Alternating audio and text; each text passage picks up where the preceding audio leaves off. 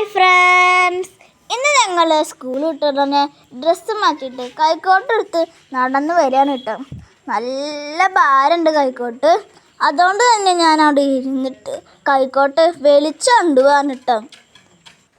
വലിയ ഷോർക്കുന്നു മാത്രം. അമ്മ തന്നെയാണ് ചെടി നടാൻ വേണ്ടിയിട്ട് കിളക്കണത് കേട്ടോ. അപ്പോൾ ചെടി നടാൻ വേണ്ടിയിട്ട് ഞങ്ങൾ കുറച്ച് ചെടികൾ പറിച്ച ചെടികളാണ്.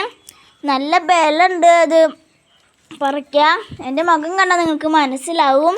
ഞാനൊരു ഉമ്മയൊക്കെ കൊടുത്തു കേട്ടോ. ഉമ്മ കൊതുകിൻ്റെ ശല്യം കാരണം ഞങ്ങൾ ഇങ്ങോട്ട് ഓടിപ്പോന്നു കേട്ടോ. അപ്പോൾ ഇതാണ് ഞങ്ങൾ നട്ട ചെടികൾ കേട്ടോ. കുറച്ച് ചെരിവും വളവൊക്കെ ഉണ്ട്, അതൊന്നും കുഴപ്പമില്ല. കുറേ എണ്ണങ്ങളുണ്ട്. ഇതൊക്കെ വലുതായ ഈ അവസ്ഥയിലാണ് കേട്ടോ. അപ്പോൾ എന്തും ഒക്കെ ഉള്ളതുകൊണ്ടാണ് രസമില്ലാതെ. ശരിക്കും നല്ല രസം ഉണ്ടാവും കേട്ടോ.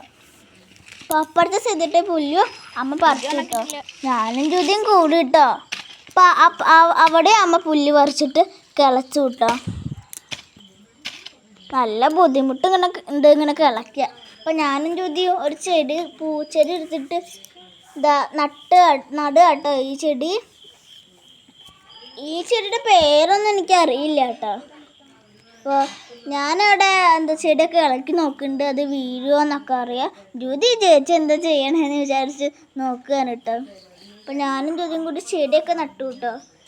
പിന്നെ എൻ്റെ കയ്യിൽ മൊത്തം ചളമായി. ജ്യോതിനെ കാണിച്ചെടുക്കുമ്പോൾ ജ്യോതി എന്നെ നോക്കണമൊന്നുമില്ല. അപ്പം ഞാൻ ചമ്മിയിട്ട് ചെടി നട്ടു തുടങ്ങി.